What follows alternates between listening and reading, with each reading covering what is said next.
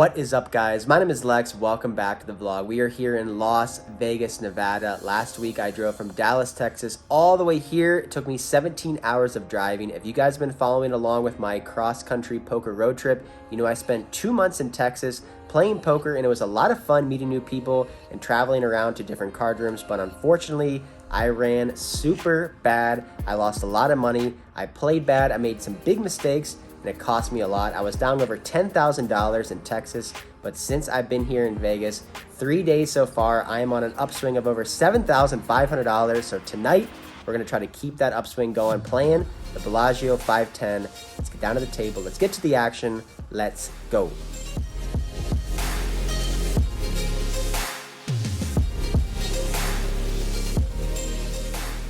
First hand here, there's a $10 limp, a $40 raise from the cutoff position. I look down at pocket sixes on the button. I make the call, and the limper makes the call as well. Three ways, queen, 5-6, 2 hearts. It checks over to me, and I think I could be putting out a smaller protection bet here. I should have the best hand a lot of the time, so I bet $50, and then I realize the big blind made the call as well, so we're actually 4 ways. I didn't even see you in the fucking hand.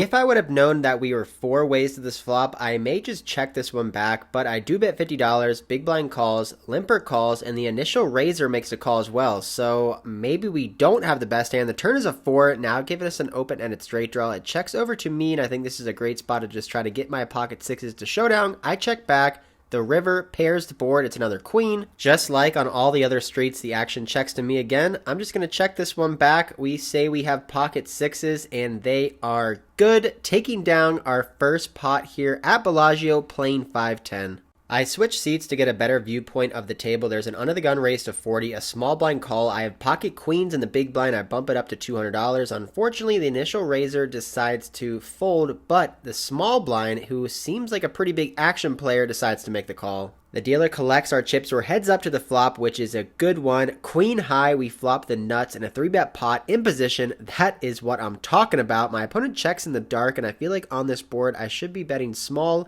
I really want to try to keep him in there with all of his pocket pairs, his ace high, his backdoor straight, and flush draws. So I bet a small bet of $80. And he snap calls my bet. Turn ace of clubs, my opponent checks, and this is actually a pretty bad card. If he has a hand like pocket eights or pocket nines, this will give him an excuse to fold. I don't think he has many ace high hands. He's probably going to have a lot of 6x, maybe 8x, 9s, maybe 10s. So I continue to bet small, $200, really just trying to milk this guy, but this time he thinks it's too much. He looks back at his cards and decides to let this one go. A few hands later, we pick up ace, jack of spades. I raise to $30. We get a hijack call, who is another action player who seems like he's here to gamble. And the small blind makes a call as well. 3 ways to a flop of queen, 10, 6, all spades. We flop the nut flush with a gut shot to a royal flush. Checks over to me, and I decide to check this one. The hijack checks back. The turn is a black king, but it's the king of clubs. The dealer is teasing us with this royal flush. It checks over to me, and I do have to start building the pot now, so I put out a $40 bet. The hijack player very quickly calls, and the small blind lets his hand go. The river card is a 9, now bringing a 1-liner straight to any jack. I decide to bet pretty big here, $230, and unfortunately, he folds pretty quickly, but we take down our next pot, 3 for 3 on the session. Of all the 510 Bellagio games I've played, this one might be the best. There's a ton of money on the table. There's at least 3 players who are splashing around. There's a couple other players who definitely don't play poker for a living, which is a great recipe if you run good to make a ton of money. Under the gun, action player limps, a raise to 50. Other action player in the cutoff makes the call. We have 6-4 of clubs on the button. I want to get in there in position against these players, so I decide to make a pretty loose call here, and we go 5 ways to the flop, which we totally miss. Queen, 9, 9, 2 spades. It checks over to me, and I decide to check this one back. The turn is the ace of spades. There's a bet and a call, and I fold. I included this hand here just to showcase that if this was a really tough 5-10 game, I would make the fold pre-flop, but given the fact that there's a lot of action players mixing it up, I want to get in there in position, so I make a wider call on the button so I can play more hands with these players. Moving on now with pocket queens in the cutoff position, it folds to me. I raise to $30, and the big blind, who has been calling every single hand, makes the call. King, jack, 8, all hearts. He checks. I bet. He folds. We take this one down. Running pretty good here early on in the session, making some hands, not getting into any tough spots. Next up here, there's a $20 straddle, a call. I have ace, queen of hearts. I raise to $100, and only the first limper makes a call. Heads up now, my opponent does the classic check in the dark. We see a board of 9, 10, jack, 2 hearts. Great board for us. Open ender with a nut flush draw. I decide to actually check this one back. Given the fact that this board is going to smash his range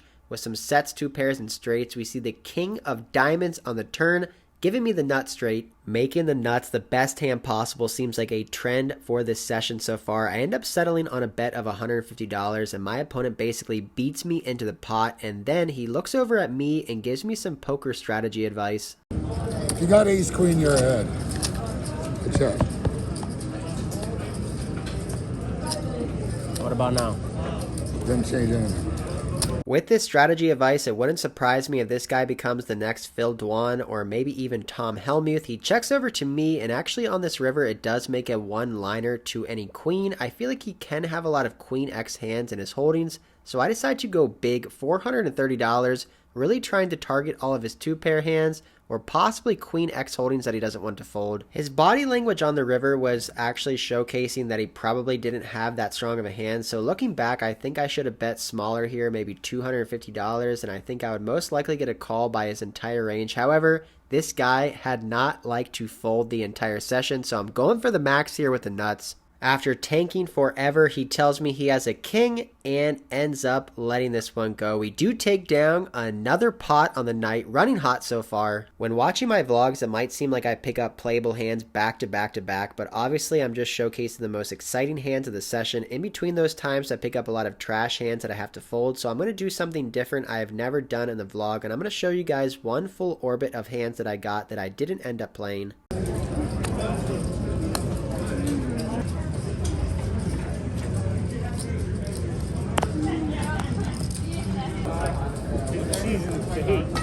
Yeah, it is. I got a lot of. Can I see this kid I showed him and he's still pulling?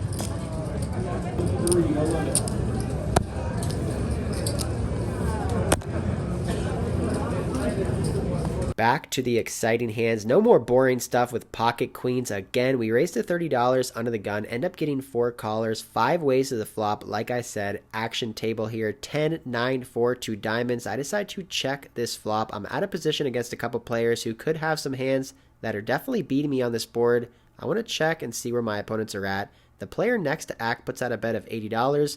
The rest of the players fold, and the action's back on me. Unlike the rest of the players at the table, this guy is not an action loose player. He's a tighter European reg who I've played with before. He bet $80 into 5 players, so I feel like he's going to have a fairly strong hand here. I don't think a check raise is good on this board. Out of position, so I make the call. The turn is a 3. I check and flow, and this time he decides to check this one back. When my opponent checks back the turn on such a wet board, I can consider myself ahead basically 100% of the time, and when the river pairs the board, I feel like he can have some 10x holdings here, like Jack 10 or Queen 10, that he decided to pot control check back the turn, which is not very common in other areas, but here in Vegas at 510 at Bellagio, it's pretty common for these regs to check back 1 pair hands, so I decided to put out a polarized sizing here of $320. I'm trying to make it look like I have a hand like Queen Jack, King Jack, or 7-8 that I missed, or possibly even a flush draw that I decided to check call. My opponent thinks for a while and decides to let his hand go, so we end up winning this pot. Looking back, I feel like I could check the river. Maybe he would bluff, but I don't think he would,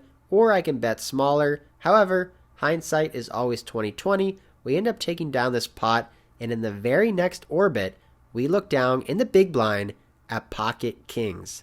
There's 2 $10 limps before the small blind bumps it up to $50. I feel like she's going to have a fairly strong hand here, raising over 2 limps out of position, so we're in a great spot with pocket kings. I decide to put in a 3-bet to $170, about 3x-ish. She started the hand with 150 big blinds, so in position, I don't want to go too big. I definitely want her to be making the call, which she does, so we end up going heads up to the flop. Jack 8 deuce, no flush draw. She decides to check it over to me, and against these tight Bellagio regs who play pretty face up, sometimes you gotta mix it up, and I decide to get a little tricky here and check this one back for deception, maybe allowing her to bluff the turn. We see the 4 of clubs, and now she does take the bait. She puts out a bet of $150. I check to see if I have the king of clubs, which I don't, so there is some merit to potentially raising here given the fact that I don't block any of her king high flush draws, but I decided to just stick with the plan of under repping my hand and putting in the trap, potentially letting her bluff or overvalue on the river, which is the deuce of diamonds. She checks it over to me, and now I have to decide what kind of bet sizing I want to use now. This is the spot where the levels do come in against two thinking players, where she can assume that I probably wouldn't check back over pairs on the flop. So if I bet big here, I'm basically only representing hands like pocket jacks or bluffs. So I decided to go with a polarized bet sizing of $500, hoping to make it look like I either have the nuts or nothing at all, and maybe she'll hero call me down light.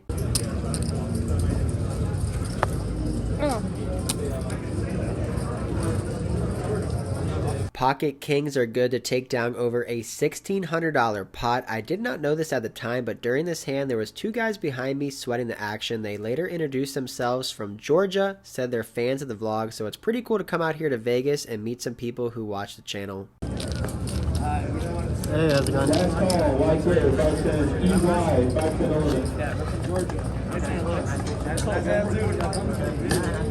That's awesome. I was like, oh shit. I was like, we're gonna see that on YouTube. Exactly. That's why I was like, let's go make the vlog. Yeah, of course. That's awesome. Are you guys playing right now? Yeah, we're playing. Okay. I filmed on a video a couple weeks ago. I said I was gonna be here for Christmas. Okay. Yeah, for sure. Yeah, you too, guys. Nice to meet you. Good luck. See ya. See ya. Nobody calls. Nobody calls. It's one of those tables, you know? Nobody calls.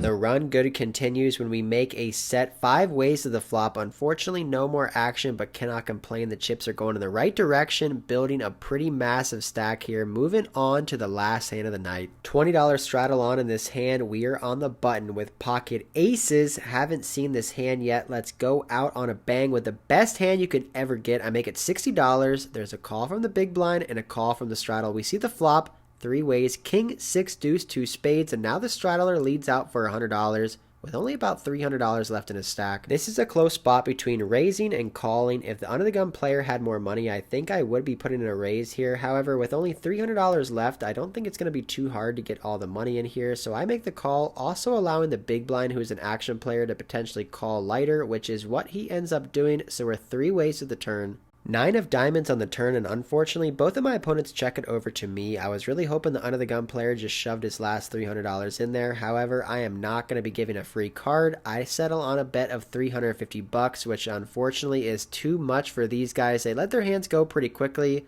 We end up taking down our last pot of the night. That is it to end basically a perfect session here, playing 5-10 of the Bellagio. We end up racking up our chips, heading to the cage, and cashing out for the night. Alright guys, that is it for this one, and I gotta say, it feels amazing to finally run good again. You guys saw me in Texas for 2 whole months straight. I was getting coolered, crushed, bad beat. I was making bad decisions. I was losing money, just getting crushed every single day. I could not make a hand. I couldn't hold up. They kept getting there on me, and then I come to Vegas, and it was just like a flip of a switch. Boom, everything started changing. I was making sets. I was getting paid off. I was coolering people. I was flopping flushes. I was up $7,500 in 3 days. And then tonight, played the most perfect poker session you could ask for. 4 hours of just making hands, getting paid off. I was never in a tough spot the entire night. I mean, you cannot get any better than tonight's session. Ended up profiting $2,300 some dollars. The game was amazing. Really not many pros at the table, and I just cannot complain at all. Feels good to be here in Vegas. I really like the city, to be honest. I like being around all the people and the lights, and being able to choose what poker room I want to go to. So it's exciting to be here, and it's also exciting to be up 10K in 4 days. But I appreciate you guys follow me through this crazy journey, traveling across the country, my ups, my downs. It's a wild ride. I show you guys the best and I show you guys the worst, and I appreciate all of you guys watching, commenting, and liking the videos. Hope you guys enjoyed this one, and until next time, I'll see ya.